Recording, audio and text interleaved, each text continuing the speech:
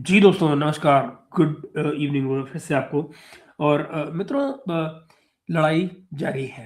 लड़ाई पूरे ज़ोर-शोर से जारी है और जारी ही नहीं है, बल्कि अब तो उसका स्केल बहुत बढ़ गया है और उस लड़ाई में नई एंट्री हो गई है।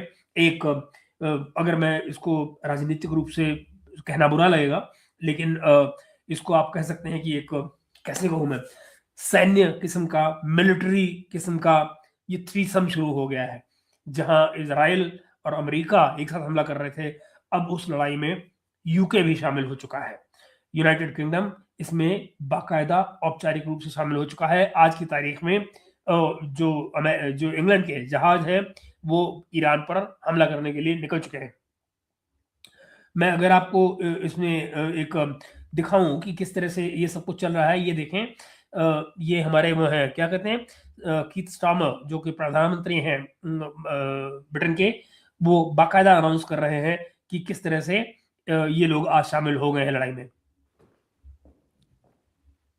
Earlier this morning, the United States and Israel struck targets in Iran. Iran has since launched indiscriminate strikes across the region. I know the British people and communities across our country will be deeply concerned about what this means for security and stability and for the fate of innocent people across the region, which for so many of us includes friends and family members. So whilst the situation is evolving very quickly, I want to set out our response. The United Kingdom played no role in these strikes, but we have long been clear. The regime in Iran is utterly abhorrent. They have murdered thousands of their own people, brutally crushed dissent, and sought to destabilize the region. Even in the United Kingdom, the Iranian regime poses a direct threat to dissidents and to the Jewish community. Over the last year alone, they have backed more than 20 potentially lethal attacks on UK soil. So it is clear they must never be allowed to develop a nuclear weapon. That remains the primary aim of the United Kingdom and our allies, including the US. I condemn Iran's attacks today on partners across the region, many of which are not parties to this conflict. आप कुछ बात सुनिए क्या कह रहे हैं दोस्तों। ये कह रहे हैं, आई condemn the attacks of Iran today. अरे भाई, ईरान पर तो हमला हुआ है, ईरान ने किस पे हमला कर दिया? समझ नहीं आता ये कौन सी दुनिया के अंग्रेज हैं और ये क्या बोल रहे हैं। या इनको पता भी है कि ये क्या बोल रहे हैं। ये कह रहे हैं, आई condemn the attacks of Iran. We extend our support and solidarity to them as part of our commitments to the security of our allies in the Middle East. We have a range of defensive capabilities in the region, which we've recently strengthened. Our forces are active, and British planes are in the sky today as part of coordinated regional defensive operations to protect our people, our interests, and our allies, as Britain has done before in line with international law. We've stepped up protections for British bases and personnel to their highest level. We are also reaching out to UK nationals in the region and doing everything we can to support them. I've been speaking with leaders today from the E3 and across the region. It is vital that we prevent further escalation and return to a diplomatic process.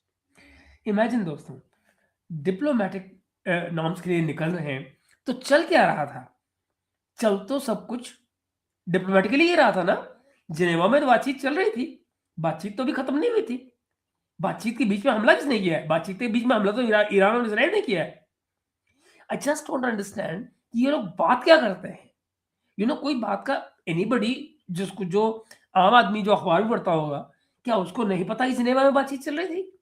Oman का जो foreign minister बाहर आया है जो कि mediation कर रहा था, उसने कहा कि नहीं, बातचीत बड़ी अच्छी हुई है और ईरान ने हमारी उम्मीद से ज़्यादा कंसेशंस दे दिए हैं। ईरान ने खुद कहा कि हम सिर्फ 1.5% यूरेनियम एनरिचमेंट करके खुश हो जाएंगे, हमको खाली बिजली बनानी है, पावर बनानी है अपने लिए। That was it. Actually, nobody expected Iran to do that. They did that.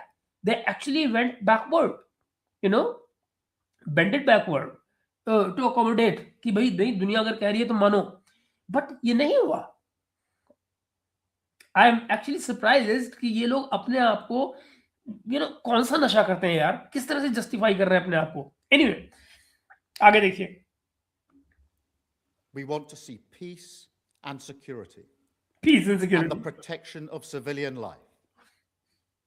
Iran can end this now.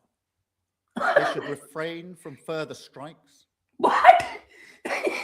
मतलब हम मारेंगे तुमको, तुम मत मारो। Give up their weapons programs and cease the appalling violence and repression against the Iranian people who deserve the right to determine their own future in line with our long-standing position. This is the route to de-escalation and back to the negotiating table. Back to negotiating table. मित्रों, हैरानी होती है कि ये भाई लोग ये बात कह कैसे सकते हैं, बैक टू नेगोशिएशन टेबल, क्योंकि नेगोशिएशन के टेबल से तो कभी वो गया ही नहीं। It was always there. Iran was negotiating. So where is the game? ये भाई लोग ये कहां से कह रहे हैं कि ईरान चला गया जिससे नेगोशिएशन टेबल से कहीं?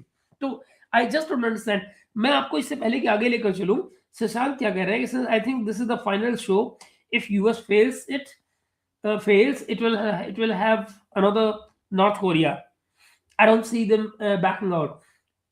Who do you see not backing out? US or Iran? Clear करो, आपके इसमें क्लियर नहीं हो रहा है।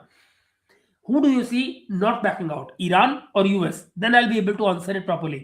So शशांक, जरा आप उसको पहले अपने सवाल को साफ करें, फिर मैं इसको ले लूंगा। ये मैं जस्ट पब्लिक के लिए दिखा देता हूँ, ये इनका सवाल है। बट आप इसको थोड़ी सी क्लैरिटी दीजिए कि दरअसल आप पूछ क्या रहे हैं, कि मतलब I don't see them backing out, who is them here, that's what you need to clarify.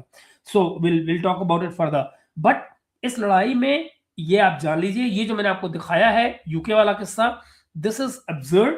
ये इसी लाइन पर चल रहे हैं। मैं क्या कहूँ आपको। बट आगे आगे हम और लेते हैं अभी इनके तमाम चीजों को, और मैं आपको डिटेल देने जा रहा हूँ इस सारे मामले में। तो लेट्स सी कि मामला है क्या। लीजिए, अब हम बात करते हैं इस सारे मामले की। कुछ यूं देखिए मित्रों, हुआ क्या है।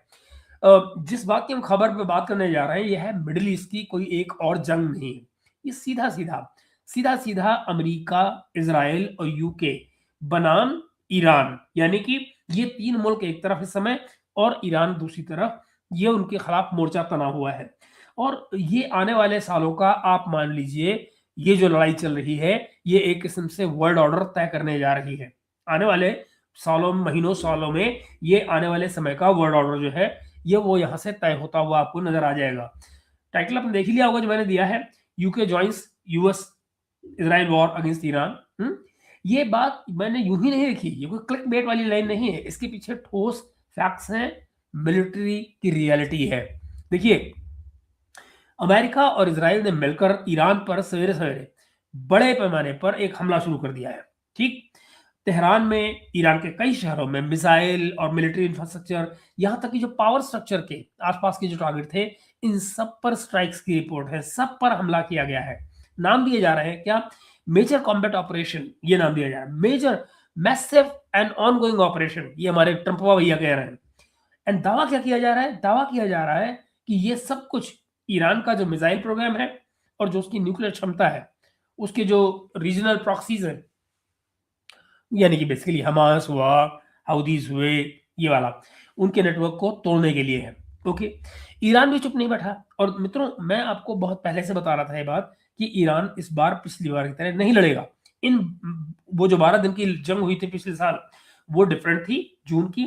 इस बार जो लड़ाई होगी वो बहुत डिफरेंट होगी। और बाय द वे, इस बीच में ईरान तैयारी कर रहा था, तैयारी करके बैठा था कि आओ भुगतते हैं।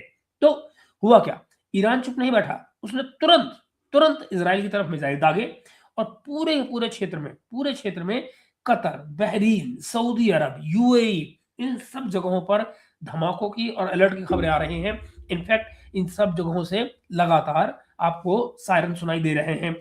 मुझे आज दिन में मेरी जुनैद भाई से बात हुई थी, तो भी वहाँ पे एम्बुलेंसेस की मुझे आवाज़ें आ रही थी पीछे से, और ऊपर से जो एयर एक्टिविटी थी उसकी आवाज़ें आ रही थी। तो हुआ क्या है, यानी कि ये सिर्फ एक देश बनाम एक देश, ऐसी कोई जंग नहीं है।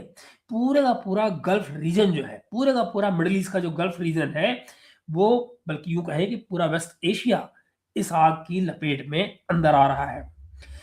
आते हैं हम यूनाइटेड किंगडम पर। ब्रिटिश प्रधानमंत्री कीथ स्टारमर, जिनका अभी मैं आपको वीडियो दिखा रहा था, ये खुलेआम कैमरे पर कह रहे हैं कि British planes are in sky today, कि ब्रिटेन के जो जहाज हैं वो आज आसमान में उड़ गए हैं ईरान से लड़ने के लिए। और ये कोऑर्डिनेटेड, कहते हैं वो कोऑर्डिनेटेड रीजनल डिफेंस ऑपरेशन का हिस्सा है। यानी साफ शब्दों में, ब्रिटिश फौज और जो उसके फाइटर जेट्स हैं, ये उसी थिएटर में एक्टिव हैं जिसमें इस समय अमेरिका और इजराइल काम कर रहे हैं। वो ईरान पर स्ट्राइक्स कर रहे हैं। यहां पर अब एक बड़ा खेल शुरू होता है। बड़ा खेल है दोस्तों भाषा का। स्टार्मर और जो यूके सरकार है, ये लाइन बार बार रिपीट कर रही है कि हमने यूएस और इसराइल की स्ट्राइक्स में डायरेक्ट हिस्सा नहीं लिया। अच्छा, फिर क्या कहते हैं, हम सिर्फ रीजनल डिफेंसिव ऑपरेशन कर रहे हैं। अब जब यू नो आप पल्ले न पड़े कि भाई लोग कह क्या रहे हैं। जरा सोचिए, मैं दोबारा पढ़ता हूं क्या कह रहे हो। वो कह रहे हैं हमने अमेरिका और इजराइल की जो स्ट्राइक्स हैं उनमें कोई डायरेक्टली हिस्सा नहीं लिया है। हम तो सिर्फ रीजनल डिफेंसिव ऑपरेशन कर रहे हैं। अब भैया वहां से निकल के यहाँ आके ईरान पे हमले कर रहे हो और तुम कह रहे हो कि हम ये रीजनल डिफेंसिव ऑपरेशन कर रहे हैं। किसने तुमको अधिकार दिया, किसने बुलाया, किसके कहने पर आए हो, क्यों आए हो? लेकिन दोस्तों, आप और मैं दोनों समझते हैं कि जब आपके फाइटर जेट आसमान में हो, आपके बेस हाई अलर्ट पे हो, आपके एसेट्स उसी इलाके में एक्टिव हो, तो फिर भैया आपकी सरकार कहती रहे कि हम अपने अलाइज और इंटरेस्ट को प्रोटेक्ट करने के लिए कोऑर्डिनेटेड ऑपरेशन कर रहे हैं। तो भैया प्रैक्टिकली आप इसी वॉर कैंप का हिस्सा हैं जिसकी हम बात कर रहे हैं। उसे आप डिफेंसिव कहें या ऑफेंसिव कहें, लड़ाई में तो आप शामिल हैं। इतनी सी बात है जो यूनाइटेड किंगडम के बारे में मैं कह रहा हूं। तो ये जो मैंने आपसे कहा कि भाई UK joins US Israel war on Iran, ये जर्नलिस्टिक या कोई एनालिटिकल भाषा में पूरी तरह जस्टिफाइड है। सरकारी नैरेटिव कुछ भी कहे, कीथ स्टार्मर कुछ भी कहें, लेकिन मिलिट्री रियलिटी यही है कि इंग्लैंड ने खुद अपने आप को उसी अलाइनमेंट में खड़ा कर दिया है जिसमें यूएस और इजराइल पहले से ही खड़े हैं। और ये कहा जाना कि भाई ईरान ने कोई हमला किया है, तो ये तो इससे ज्यादा हास्यास्पद कुछ हो नहीं सकता आज की तारीख में कि भाई एक कंट्री पर आज सवेरे हमला किया गया है। और ये वो कंट्री है जिससे अभी जेनेवा में बातचीत चल रही थी, जिससे एक दिन पहले ओमान का फॉरेन मिनिस्टर कह रहा है कि नहीं, बातचीत बहुत अच्छी रही है और ईरान ने हमारी उम्मीद से ज्यादा ही कोऑपरेट कर लिया है। ईरान कह रहा है कि नहीं नहीं, हम भी लड़ाई नहीं चाहते हैं और हम भी कोऑपरेट कर रहे हैं, एवरीथिंग हंकी डोरी। जब लगा कि हम बिल्कुल नजदीक आ गए हैं, कोई एग्रीमेंट हो सकता है, तो लो जी, अटैक हो गया। You just don't understand, because असली नियत ही लड़ाई की थी, करनी तो लड़ाई थी। ये ईरान अननेसेसरीली, अमेरिका की निगाह में या इजराइल की निगाह में अननेसेसरीली बैकवर्ड चला गया, अपनी बात पे झुकता चला गया। कोई बात नहीं जी, मिसाइल नहीं, मिसाइल छोड़ दो। अच्छा, न्यूक्लियर हम छोड़ देते हैं, न्यूक्लियर हमको खाली 1.5% बना लेने दो, हम उससे बिजली बना लेंगे। नहीं, वो भी नहीं मानेंगे। क्यों मानेंगे? मानेंगे तो जो ऑब्जेक्टिव है लड़ाई करने का वो तो नहीं पूरा होगा ना, जो संभव करनी तो लड़ाई है। समझ ना? तो अब आप देखिए, अमेरिका और इजराइल इस सारे के सारे ऑपरेशन को कैसे बेच रहे हैं। वो कह रहे हैं ईरान न्यूक्लियर वेपन के बहुत करीब पहुंच गया था।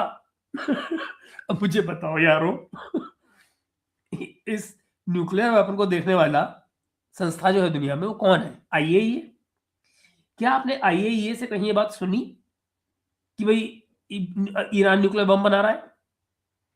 ये बात बहुत कम लोग जानते होंगे दोस्तों, पर क्या आप जानते हैं ईरान में मजहबी फतवा है इस बात पर कि हमने न्यूक्लियर बम नहीं बनाना। जानते हैं? वो उनको उन्होंने तय कर रखा है कि हम नहीं बनाएंगे, येट उन पर हमले हो रहे हैं। अब हमले होंगे तो कोई आदमी क्या करेगा? वो अपनी अपनी जान बचाने के लिए कुछ तो करेगा ना। कह रहे हैं कि ईरान न्यूक्लियर बम बनाने के बहुत करीब पहुंच गया है और रीजन को डिस्टेबलाइज कर रहा है और उसके मिसाइल और नेवी को न्यूट्रलाइज करना बहुत जरूरी हो गया है। एक बयान में बड़ा साफ साफ कहा गया है दोस्तों कि उद्देश्य क्या है? उद्देश्य है ईरान के मिसाइल इंडस्ट्री को कंप्लीटली ऑब्लिटरेट करना, बिल्कुल प्लेन बराबर साफ, उसकी नेवी को खत्म कर देना, उसके जो रीजनल प्रॉक्सीज हैं, हिजबुल्लाह मिलिशियाज जितने उसके हैं, हाउदीज पौदीज, वो सबको खत्म कर देना है। दूसरे शब्दों में रिजीम शेप करने वाली लड़ाई है, रिजीम बदलने की लड़ाई है। और ये मैं नहीं कह रहा हूं, ये आज सवेरे ट्रंप ने साफ कहा है। उसने आह्वान भी किया है ईरानी जनता का कि सड़क पर आओ, सिंहासन खाली करो कि जनता आती है। वो कुछ इस तरह का, अगर आप अंग्रेजी में अनुवाद करें हिंदी में उनकी बात का, तो कुछ इस तरह से आता है। तो वो मन लगे हुए वहां पर। दूसरे शब्दों में, जैसे मैंने कहा कि रिजीम चेंज जो है बेसिकली ऑपरेशन वही है, यही उनकी इच्छा है। रिजीम चेंज शब्द शायद कम इस्तेमाल हो, नहीं किया जाएगा, लेकिन ईरानियन लोगों को भी ये कहा जाएगा कि आप खुद अपना फ्यूचर तय कीजिए, आइए बाहर आइए और इन सबको पकड़कर यहां से बाहर निकाल दीजिए। ये जो गाना है ये सबको सुनाया जाएगा। जैसे यूरोपियन लीडर्स के बयानों में भी सबको नजर आ रहा होगा, वो क्या कह रहे हैं? एक बड़ी क्लासिक लैंग्वेज है, सिस्टम को बदलना है, सिस्टम। हम ये दबाव से करेंगे, इन पर दबाव डालेंगे और फिर सिस्टम बदलेगा। पूछो तो सही, तुमको बुलाया किसने भाई ईरान में? अभी ईरान की जनता जाने, ईरान की जनता की शासक जाने, तुम कौन हो बे? तुम 20 साल अफगानिस्तान में चले गए, बेड़ा गर्क कर दिया तुमने उस कंट्री का। कौन सी डेमोक्रेसी वहां तुम लेकर आ गए? इराक में इतने दिन से बैठो, कौन सी डेमोक्रेसी चल रही है वहां पे?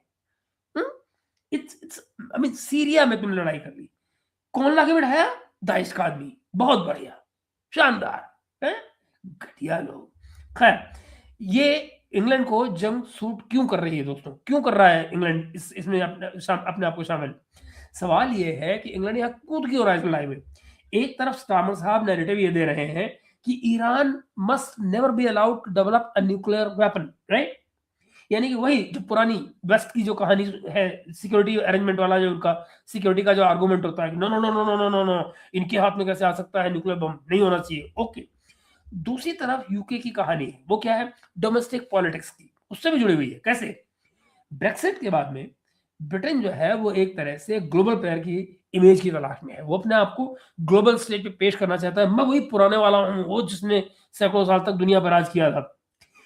अमेरिका के साथ में टाइट अलाइनमेंट में रहना, नेटो के स्टाइल में रिफ्लेक्सेस को लैब में नहीं बल्कि जमीन पे दिखाना, और ये सब लंदन के लिए एक सिंबॉलिक कैपिटल है। इस सिंबॉलिक कैपिटल से ज्यादा इसका कोई महत्व नहीं है। तीसरी बात, गल्फ में इंग्लैंड के खुद के कोई बड़े उनके अपने जो इकोनॉमिक और डिफेंस इंटरेस्ट है गल्फ में, आर्म्स की उनकी बिक्री भी है, होती है, ऑयल लिंक्ड उनके फाइनेंसेस भी वहां जुड़े हुए हैं। ये सब के सब इंग्लैंड को अमेरिकन कैंप के साथ में लाकर खड़ा कर देते हैं इन हालात में। तो यूके अगर फॉर्मली ये कह भी दे कि हमने बम नहीं गिराया, सच्चाई यही है कि इस वॉर आर्किटेक्चर में स्टार्मर और इंग्लैंड बाकायदा इस वॉर आर्किटेक्चर का एक बड़ा हिस्सा है। एयर कवर देना, लॉजिकल डेप्थ देना, इंटेलिजेंस देना, आइडियाज देना, बेस देना, ये सब की सब सपोर्ट अगर आप हटा दें तो यूएस और इजराइल ऑपरेशन उस तरह से नहीं दिखता जैसे अभी दिख रहा है।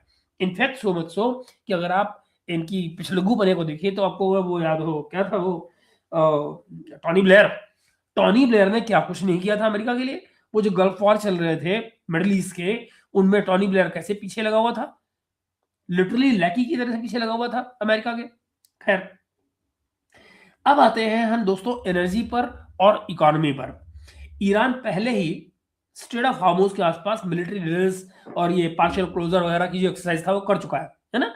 लाइव फायर जोन के नाम से दबाव बनाता रहा है। दबाव क्यों बनाता रहा है? मेरे को पता है ना कि आसपास जो पहाड़ है उनमें से कह रहे हैं फायरिंग करेंगे यहाँ पे। 20% दुनिया का 20% ऑयल इसी चेक पॉइंट से गुजरता है, ये जो स्ट्रेट ऑफ हॉर्मुज है। और अब कई ऑयल मेजर जो कंपनियां हैं और जो ट्रेडर्स हैं वो शिपमेंट को या तो सस्पेंड कर रहे हैं या रीरूट कर रहे हैं। इस समय वो प्रोसेस ऑलरेडी शुरू हो चुका है। मैं आपको कह सकता हूं कि देखिए बाजार आज बंद है, आज शनिवार का दिन है, आज बाजार बंद है, कल संडे है, बाजार बंद है। मंडे को जब खुलेगा बाजार तो ऑलरेडी ये बात कही जा रही है कि ये जो जंप है क्रूड ऑयल की प्राइसेस में वो रफली 10 से 15% का लग चुका होगा।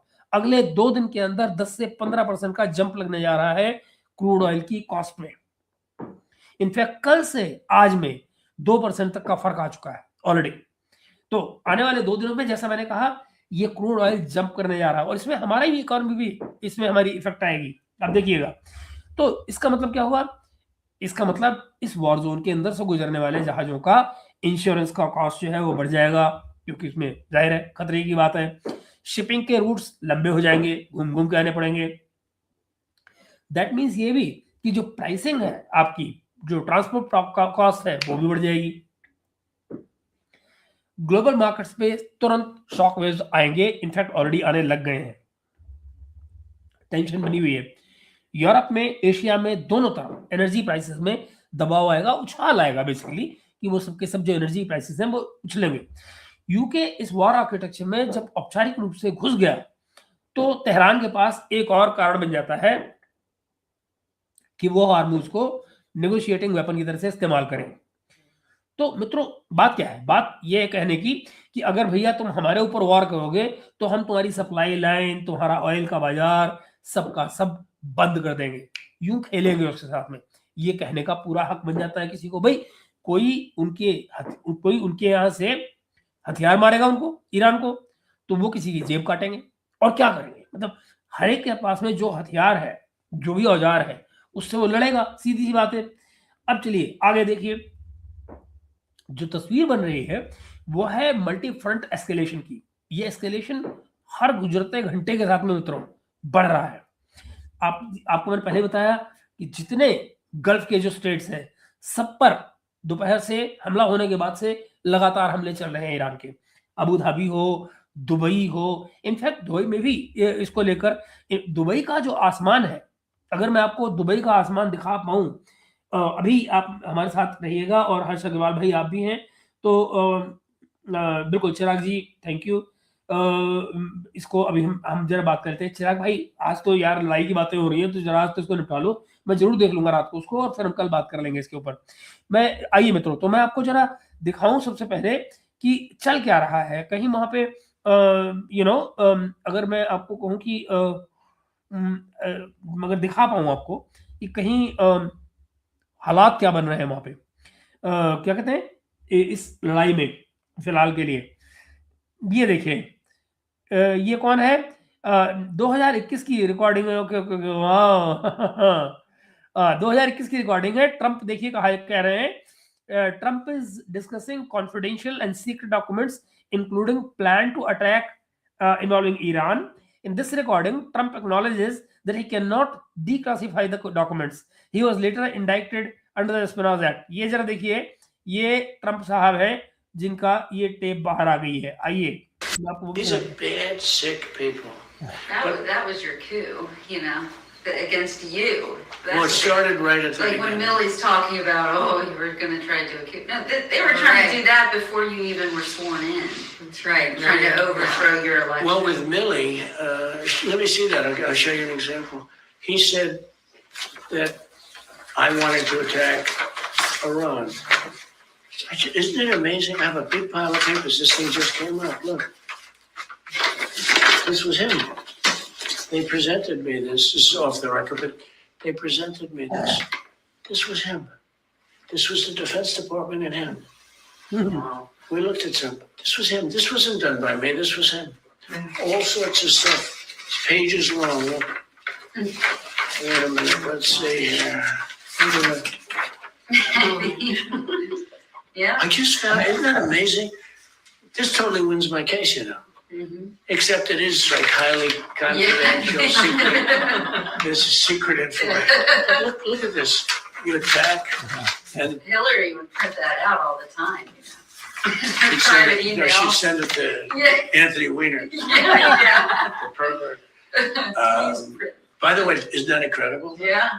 I was just saying, because we were talking about it, and he said he wanted to attack Iran, and what? These are the You did. papers. It's pretty- Wow. This was done by the military, given to me. I think we can probably, right? I don't know, we'll have to see. Yeah, we'll have to try to Declassify. figure out See, yeah. as president, I could have declassified. Yeah. No, I can't, but this is Yeah, classified. now we have a problem. Isn't that interesting? Yeah. It's so cool. I mean, it's so, we hear it, and you probably almost didn't believe me, but now you believe me. No, I believe It's you. incredible, right? No, Hey, bring they never some could Cokes afford in, it, please. जी मित्रों, ये है हालात। तो आप देख सकते हैं कि चीजें किस तरह चल रही हैं। दिस इज एक्चुअली फैसिनेटिंग, जो कुछ, और यही वो केस है जिसकी वजह से ट्रंप के ऊपर जासूसी का आरोप लगा था कि जिन पेपर्स को इनको मालूम है कि ये डिक्लासिफाई नहीं कर सकते हैं, लेकिन पब्लिकली उनको डिस्कस कर रहे हैं सर्टेन लोगों को बुला के, तो फिर बचा गया डिक्लासिफाई होने के लिए। लोगों को पता लग रहा है, और वो क्या कह रहे हैं कि मिलिट्री अटैक करना चाह रही थी, मैं नहीं करना चाह रहा था ईरान पे, तो अब कौन अटैक कर रहा है? आप देखिए ना, ये मामला ट्रंप वाला नहीं है, ये कोई और ही है जो अटैक कर रहा है, बट ट्रंप साहब कुछ कर नहीं सकते इसमें। इट्स ब्लेम इनके ऊपर आएगा, वो एक अलग बात है, but he can not say anything about it. जी लॉसवर्ड भाई, विपिन भाई कैसे हैं? चलिए, तो मैं आपको ले चलता हूँ फिर और थोड़ा सा और आगे, और इस पे हम बात करें इससे पहले की कहानी चलाई जाए। देखिए, तो क्या हुआ, तस्वीर इस समय जो बन रही है ईरान की, जो पूरे रीजन वाइज एस्केलेशन हुई है, उसमें जो जवाबी चालें चली गई हैं ईरान की तरफ से, उसमें जो तस्वीर बन रही है वो है मल्टी फ्रंट एस्केलेशन की, कई तरफ से एक साथ हमलों की। यानी ईरान से मिसाइलें दागी गई हैं इजराइल की ओर, ओके, जवाब में अमेरिका और इजराइल ने और ज्यादा उसमें स्ट्राइक कर दिए हैं ईरान के ऊपर, ओके। आगे देखिए, गल्फ के जो शहर हैं, गल्फ के शहर यानी कि दोहा है, दुबई है, मनामा है, कुवैत है, यहाँ पर इस समय अलर्ट लगे हुए हैं, इमरजेंसी टाइप सिचुएशन है, धमाकों की खबरें आ रही हैं, मिसाइलें गिर रही हैं। इनफैक्ट यूएई से तो एक दो लोगों के मरने की भी खबर आ गई है। मान लीजिए कि जो ऊपर उसको मारा गया, ड्रोन को मारा गया या किसी मिसाइल को मारा गया, तो जो डेब्री नीचे गिर रही थी वो किन्हीं लोगों के ऊपर गिरी और नतीजे में वो मर गए। ये हुआ है यूएई में। तो जैसा मैंने बताया, ये सीधा सीधा जो ईरान और अमेरिका और इजराइल के बीच में अब लड़ाई नहीं रह जाएगी। बहुत पॉसिबल है कि अब ये लड़ाई बढ़ जाए। मजा की बात क्या है दोस्तों, मैंने आपको पहले ही बताई थी ये बात, और एक बार फिर से मैं आपसे बात कर लूं। आप जरा कल्पना कीजिए और मुझे बताइए, इस समय जो लोग ऑब्जेक्ट कर रहे हैं, जो लोग मिडिल ईस्ट में जो कंट्रीज हैं, वो ये कह रहे हैं कि हम पर गलत हमला किया गया। फॉर एग्जाम्पल, यूएई कह रहा है, सऊदी अरब कह रहा है, ये सब कंट्रीज, कतर सब कह रहे हैं कि जी हमने क्या किया है, हमारे ऊपर क्यों ईरान हमला कर रहा है, हम कंडेम करते हैं, हमारी सॉवरेंटी का इसमें वो वायलेशन हो रहा है। आप मुझे बताइए दोस्तों, ये कैसी सॉवरेंटी है कि तुम अमेरिकन को बेसिस दे रहे हो अपने यहाँ पे, उन बेसिस का इस्तेमाल करते हुए अमेरिका ईरान पर हमला कर रहा है। अगर वो पहले से कह चुका है कि अगर आपके यहाँ से हमले होंगे तो भैया हम मारेंगे फिर उन जगहों को जहाँ पे हमले हो रहे हैं। वो क्या कह रहे हैं, बेसिस, भाई ये तो हमारे ना पुराने वाले एग्रीमेंट हैं, हमने उन पुराने वाले एग्रीमेंट्स के चलते इनको बेसिस दे दिए। क्या मजाक है भाई, तुम्हारा एग्रीमेंट नया हो या पुराना, तुमने जिन लोगों को अपने घर में लाकर बिठा लिया है, अगर वो मेरे घर में हमला कर रहे हैं तो मैं उनको क्यों छोड़ दूंगा भाई? ना, क्योंकि वो हमारी सॉवरेंटी है। नो, ये हमारी सॉवरेंटी है, आप हमला कैसे कर सकते हो? तो भाई मेरी सॉवरेंटी पे अगर हमला हो रहा है और मुझे कोई देखने बचाने वाला नहीं है, तो मैं उस आदमी को क्यों छोड़ूं जहां से मेरे पर हमला आ रहा है? बड़ी सिंपल सी बात है। और देखिए, दुनिया का अंतरराष्ट्रीय कानून एक बड़ा सीधा सा है। वो क्या है? अंतरराष्ट्रीय कानून मित्रों ये है कि अगर मुझे किसी भी देश के लिए, अगर वो उसकी जान पे आ रही है, उसके एग्जिस्टेंस का खतरा है, अल्टीमेटली इजराइल ने हमला क्यों किया है? यही कह के किया है ना, ये हमारी जान को खतरा है, इजराइल के एग्जिस्टेंस पे खतरा है। तो किसी भी कंट्री को अगर ये लगता है कि उसके एग्जिस्टेंस का खतरा है, तो वो अपने बचाव के लिए दूसरे पर हमला कर सकता है। अब देखिए, ये जो प्रीएम्प्टिव स्ट्राइक के नाम पर अमेरिका ने जो कुछ किया है, ये तो सीधे सीधे वायलेशन असली तो ये है ना। आप देखिए एक कंट्री, ये जो अभी मैं आपको जो दिखा रहा था कि स्टार्मर साहब बोल रहे हैं, स्टार्मर क्या बोल रहे हैं, नहीं नहीं डिप्लोमेटिकली बात करनी चाहिए और डील करनी चाहिए, मेज पे आना चाहिए। मेज पे तो ईरान आके बैठा हुआ था, तुमने तो उसके हाथ काटे, तुम उसके घर में हमला कर रहे हो भाई। अमेरिका और इजराइल मिलकर हमला कर रहे हैं ना, तो ईरान ने क्या कर दिया? ईरान इज ओनली रिस्पॉन्डिंग भाई, they are only answering back. तो at times you just don't understand कि ये बातें क्या हो रही हैं। देखिए ना, फिर हम बात क्या करते हैं, देखिए हिजबुल्लाह हुआ, ये अब जान लीजिए, ये जो लड़ाई चल रही है ना, ये सीधी ईरान और इजराइल, ईरान और यूएस, इतनी नहीं रह जाएगी। इसमें अभी बहुत जल्द घंटों में, इनफैक्ट मैं आपको बता दूं, आज अभी as I am talking to you, strait of Hormuz में से रास्ते को बंद कर दिया गया है। आईआरजीसी की तरफ से जो खबरें आई हैं, वो इस समय आईआरजीसी फॉर्मली अनाउंस कर रहा है। जो रिवोल्यूशनरी गार्ड है ईरान का, वो इस समय औपचारिक रूप से यह घोषणा कर रहा है कि भाई स्ट्रेट ऑफ हार्मुज से कोई ना आइएगा, now this is a war zone, हम यहां से किसी को नहीं जाने देंगे। एंड दैट मीन्स आप गारंटी ले लिए मुझसे कि बाय द टाइम मंडे आता है, प्राइसेस तेल के 10 से 15% बढ़े हुए होंगे। By all means it will go to about 100, 92 to 100 के बीच में कहीं पहुंचेंगे। आप देख लीजिएगा इस चीज को, this is happening, like it और don't, this is happening. Strait of Hormuz का मतलब यह है दुनिया के ट्रेड का लगभग 33%, 34% ट्रेड बंद। आप समझ रहे हैं? This is going to be huge, it's not that easy. और मजे की बात क्या है, आप जरा सोचिए, अपने एयरक्राफ्ट करियर को बचाने के लिए अमेरिका ने किया क्या है, उसको वहां इजराइल के पास में उठा रखा है, वो फोर्ड को है? वो इधर नहीं लाया कि अमेरिका, उनको पता है इजराइल ठोक देगा इस बार, तो मुश्किल ये हो रही है इनकी। और जो दूसरा जॉन अब्राहम का वॉशिंगटन लिंकन का जो है, वो भी वही खड़ा हुआ है मिडिल ईस्ट में ही, तो वो इधर नहीं आ रहा है। अब इनकी आप समझिए, अगर वो वहां पे, जरा सोचो मित्रों, सिचुएशन पॉइंट अगर आया, एक आधी मिसाइल लग गई किसी को, डूब गया एक कोई जहाज, तो एक एक इनके एयरक्राफ्ट करियर में 4000 से 4500 लोग होते हैं। कितने बच पाएंगे उसमें से मैं नहीं जानता, लेकिन ये एक समस्या है और इससे बचा नहीं जा सकता। तो आई डोंट नो इलाकी। अच्छा, फिर आप देखिए अगले 1 से 2 दिन में, हो सकता है आज रात को, शायद रेड सी में आज रात को हमला होने जा रहा है। आज रात को रेड सी में हमला होने जा रहा है, तो इसका मतलब ये हुआ स्ट्रेट ऑफ हॉर्मुज बंद, रेड सी में हाउदीज हमला करेंगे आज रात को। अगर करते थे, आज से लेकर कल तक हमला हो जाएगा। हाउदीज ने अगर वहां हमला शुरू कर दिया तो आपके 2 स्ट्रेट तो बंद हो गए, आपके 2 रास्ते तो बंद हो गए दुनिया के। तो आप जरा सोचिए कौन से रास्ते से सामान जाएगा, फिर दुनिया की जो सप्लाई चेन है उसका क्या होगा। तो ये अमेरिका ने जो खतरा लिया है, अमेरिका ने ये जो 4 दिन का अपने आपको टाइम दिया है कि हम 4 दिन से ज्यादा का ऑपरेशन नहीं करेंगे, 4 दिन में खत्म कर देंगे, आपको लगता है 4 दिन में खत्म होने जा रहा है? और याद रखिए दोस्तों, भगवान न करे अगर कहीं ईरान ने इस लड़ाई को 4 हफ्ते तक कहीं घसीट दिया, तो जीवन में बड़ा आनंद आने वाला है अमेरिका की। क्योंकि एक सच्चाई और है, और वो सच्चाई क्या है कि इनके पास गोला बारूद है नहीं, इनके पास गोला बारूद है नहीं, और वो इन्होंने जो बांटा हुआ इधर का, फिर होगा क्या, अलाइड कंट्रीज से मांगेंगे। अच्छा, अलाइड कंट्रीज से मांगेंगे तो जरा याद करिए, फिर ये यूक्रेन को क्या देंगे? आप समझ रहे? अगर ईरान के लिए इनको जरूरत पड़ गई, और ये याद रखिएगा, इलाका बहुत बड़ा ईरान का, ईरान कोई इराक नहीं है, ये इराक से बहुत बड़ा कंट्री बड़ा है, कई गुना बड़ा है। So it's not that easy कि आप कवर कर लेंगे ईरान को ऐसे ही मारामारी में। सो अब आप देखिए, अगर ये इनको आर्मामेंट वहां से डाइवर्ट करना पड़ गया यूक्रेन से, तो रशिया के तो मजे आ गए। तो रशिया इनको यहां भी मरवाएगा, ईरान के बॉर्डर पे और वहां यूक्रेन को मरवाएगा।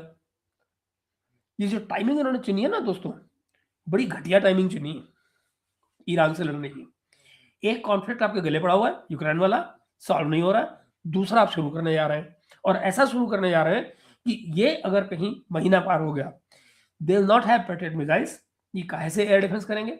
उस समय पर ईरान अगर कहीं उस तरह का पहलवान बन जाता है कि जिसने खूब मार खाई हो और फिर अपना मौका आया हो, तो बहुत मार पड़ेगी भाई। और ये भी कि इसका पॉलिटिकल जो असर होगा वो क्या होगा, मिड टर्म का साल है, मिड टर्म का ये साल है, नवंबर के महीने में अमेरिका में इलेक्शन है।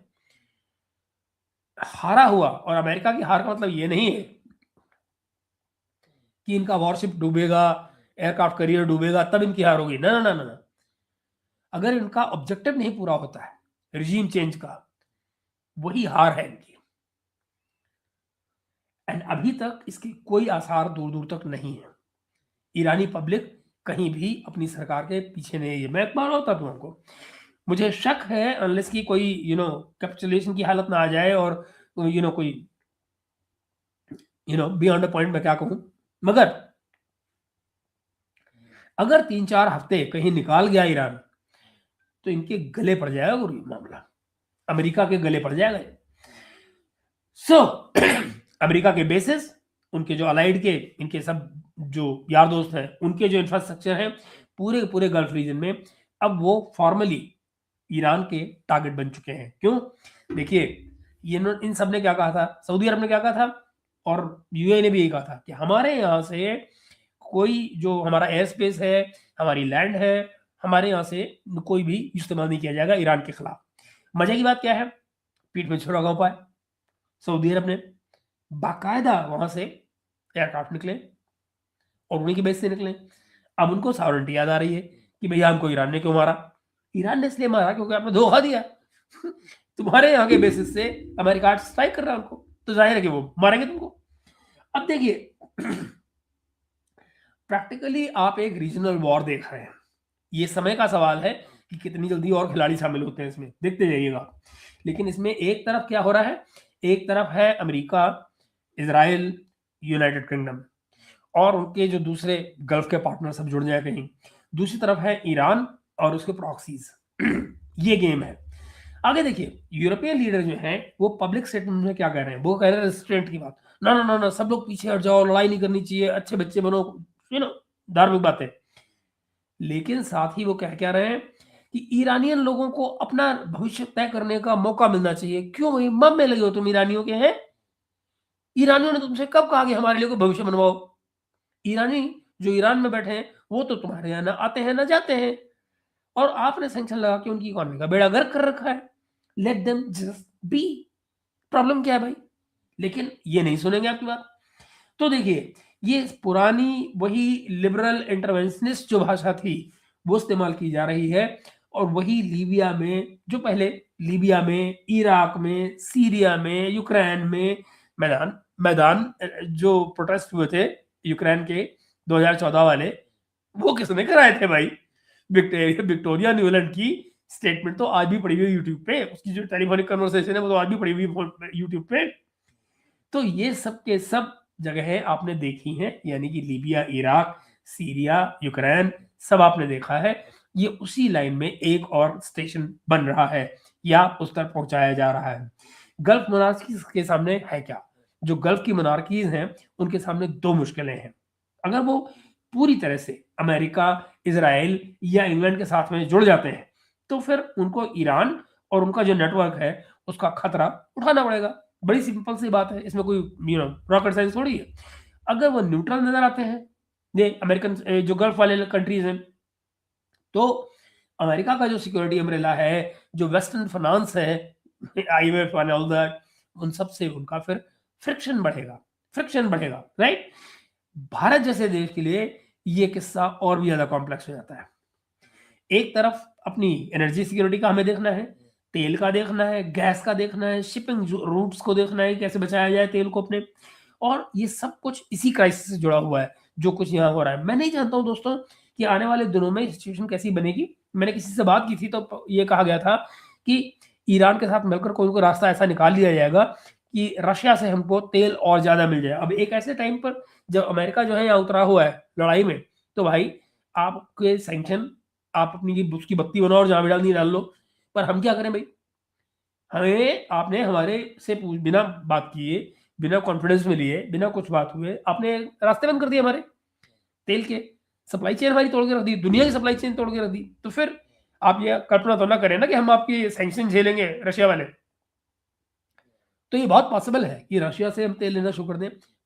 जो जिन कुछ एक्सपर्ट से मैंने बात की थी, तो उनका ये कहना था कि रशिया जो है वो फिर दुनिया को बांटने के बजाय तेल जो है वो खाली चाइना और इंडिया को देना शुरू कर देगा। ये बातें आएंगी कि खाली चाइना और इंडिया को देगा, उससे क्या होगा, उसका तेल जो है सारा निकलता रहेगा। ये वो दो कंट्रीज है जिनके पास कैश भी है पड़ा हुआ, ये बड़ा बड़ूम उसको पेमेंट कर देंगे। फिर आप देखिए कि दूसरी तरफ जहां हमारे लिए सारे रूट्स बचाने जरूरी हैं, वहीं दूसरी तरफ हमारी जो स्ट्रेटेजिक ऑटोनॉमी का फंडा है वो भी है। अमेरिकन कैंप के साथ में हम पब्लिकली खड़े भी नहीं हो सकते कि भाई हम जाके उसके बोर्ड ऑफ पीस में जाके बैठ जाएं, वो हमारे बस का नहीं है, नहीं कर सकते। ईरान को हम खुले खुले सपोर्ट भी नहीं दे सकते, ये भी मुसीबत है, ओपन सपोर्ट भी नहीं दे सकते हैं। और तीसरी तरफ है रशिया, चाइना, ब्रिक्स, एससीओ, ये वाला अलाइनमेंट भी हमारे गले पड़ा हुआ है कि अपनी अपनी जगह मुसीबत में है। यानी कि जहां ईरान अब एक फॉर्मल पार्टनर के तौर पे हमको नजर आता है एससीओ के मंच पे, ब्रिक्स के मंच पे, वहीं दूसरी तरफ यहां पर एक कन्फ्रंटेशन है जो आपके सामने खड़ी हुई है। तो मित्रों, नैरेटिव का सारे का सार क्या है? सार ये है कि ये जंग किसकी है और ये जंग किसके लिए है। सवाल ये नहीं है कि इंग्लैंड ने टेक्निकली मिसाइल गिराया या नहीं, हवाई जहाज भेजे या नहीं। सवाल ये है कि क्या यूके ने खुद को अमेरिका, इजराइल की वॉर स्ट्रेटजी के साथ में टाई कर लिया है? ये कोई थ्रीसम हो रहा है ईरान के साथ में जो ये सारे घूम रहे हैं? और इसका जवाब साफ हाँ है। अगर जवाब का प्रधानमंत्री खुद कह रहा हो, स्टारमर जो है जब खुद ही कह रहा है कि British planes are in the sky today as part of the coordinated and regional operation, ये कहना राइट, तो इसका मतलब क्या होता है? इसका मतलब यही होता है भाई कि आप शामिल हो चुके हैं, अच्छा लगे बुरा लगे। ये लड़ाई जो है दोस्तों, ये सिर्फ ईरान के मिसाइलों पर या किसी ईरान के रिजीम के खिलाफ बिल्कुल नहीं।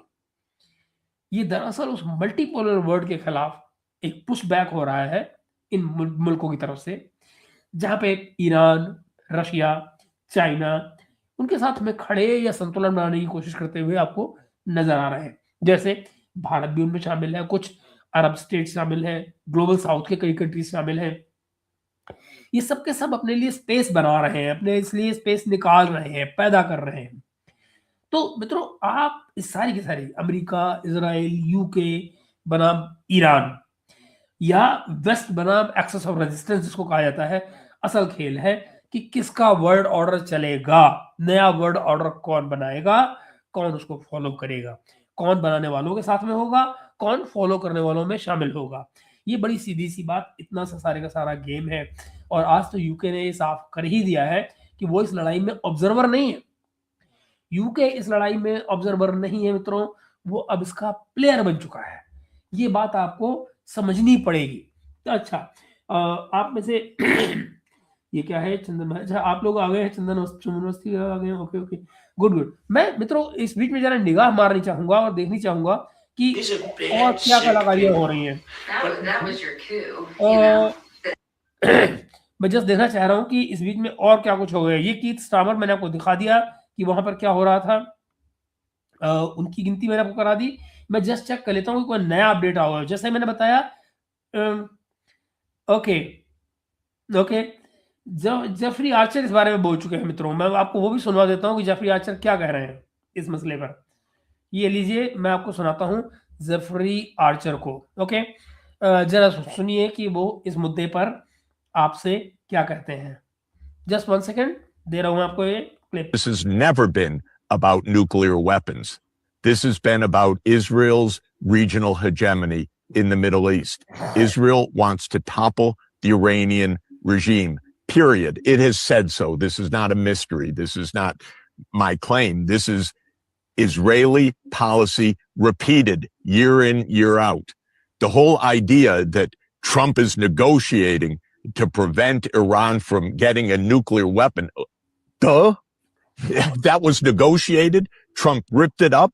The Iranians have come back every year to say, we don't want a nuclear weapon. We want negotiations.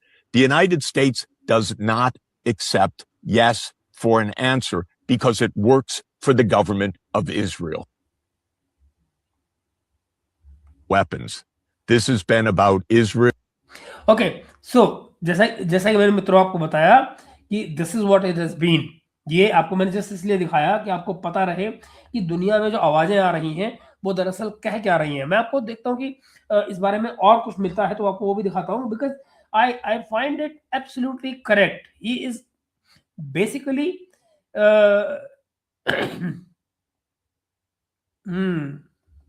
Okay, ये सबका सब जो है ना, ऑलराइट, ये लीजिए, मैं आपको कुछ और भी दिखाता हूं। यहाँ पे कुछ और भी चल रहा है, आप जरा सुनेंगे तो आपको आनंद आएगा जीवन का। लीजिए सुनिए। Iran has never attacked a neighbor. Israel has repeatedly attacked its neighbors. Iran signed the Non-Proliferation Treaty. Israel has refused to sign. Iran submits to inspection by the International Nuclear Energy Agency. Israel refuses to submit. Iran has no nuclear weapons. Israel has between 75 and 400 nuclear weapons. So Israel poses an existential threat to Iran. For the last 40 years, Israel has conducted a systematic campaign of disinformation about Iran. Why the lies? Why the double standards? Why the hypocrisy? Iran.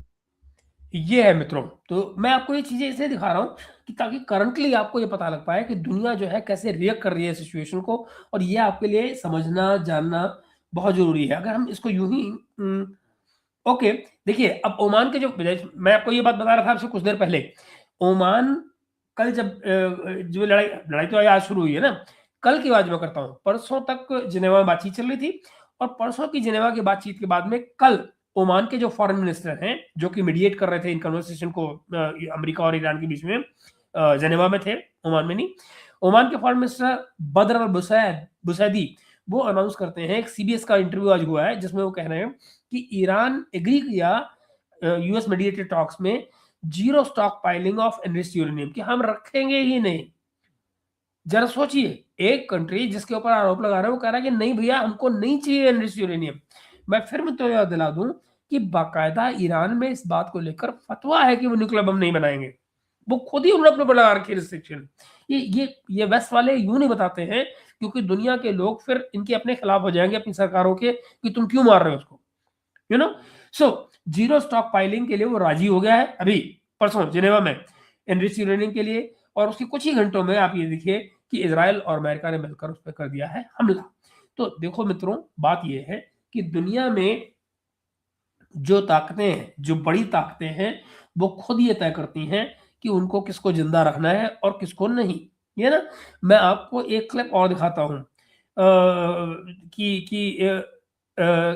जो कुछ जरा कि जो कुछ कि कितने दिन से ये सारे मुद्दे चल रहे हैं, जस्ट मैं आपको दिखाने की कोशिश कर रहा हूं। देखें, आप आराम से जरा देखें बात क्या चल रही है। ये पिछले साल का क्लिप है, 2015 जून का, जो जून 12 2025 का। सुनिए।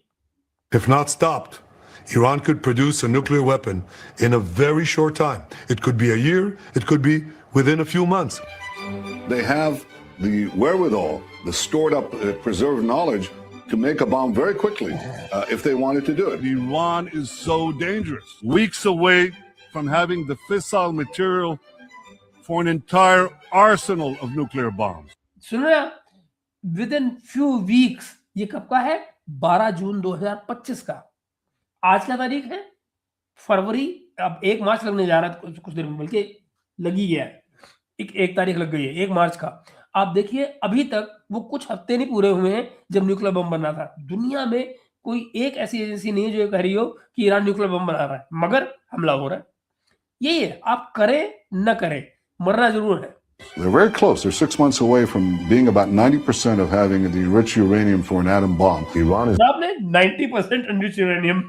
gearing up to produce 25 bombs, atomic bombs a year, 250 bombs in a decade. Ladies and gentlemen, time is running out. Iran will be capable of producing alone, without importing anything, nuclear bombs within 3 to 5 years.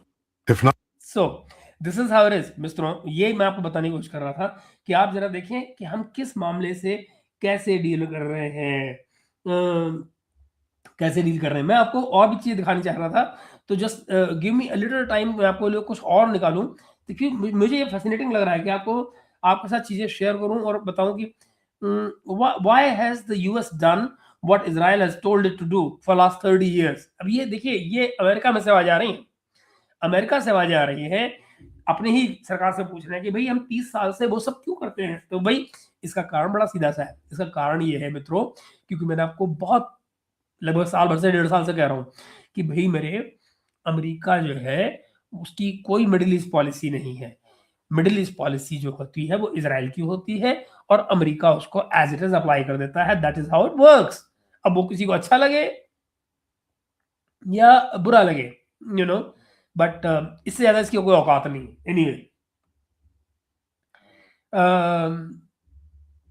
ये लीजिए, क्या कहा जाए, operation epic fury and the Iran war, Israel America डर होके चल रहा है। बहुत बढ़िया।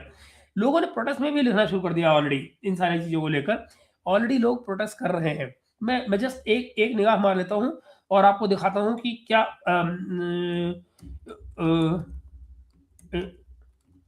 मैं जस्ट चेक कर रहा हूं कि आपके लिए कुछ नया निकाल दूं माल, अगर है तो। अगर नहीं है तो कोई बात ही नहीं। आहा, ये देखिए, एक और मुझे मिला है क्लिप, ये भी 56 सेकंड का है। आप देखें इसको और जरा देखें कि ये क्या कह रहे हैं। ये कह रहे हैं, अगेन आपको जेफरी जक्स को दिखा रहा हूं जो इस बारे में आपको ज्ञान दे रहे हैं। ये बात कह रहे हैं वो, again Dark son of a sorry to tell you, because he's gotten us into endless wars. Why did the U.S. invade Iraq in 2003? Where did that war come from? You know what? It's quite surprising. That war came from Netanyahu, actually.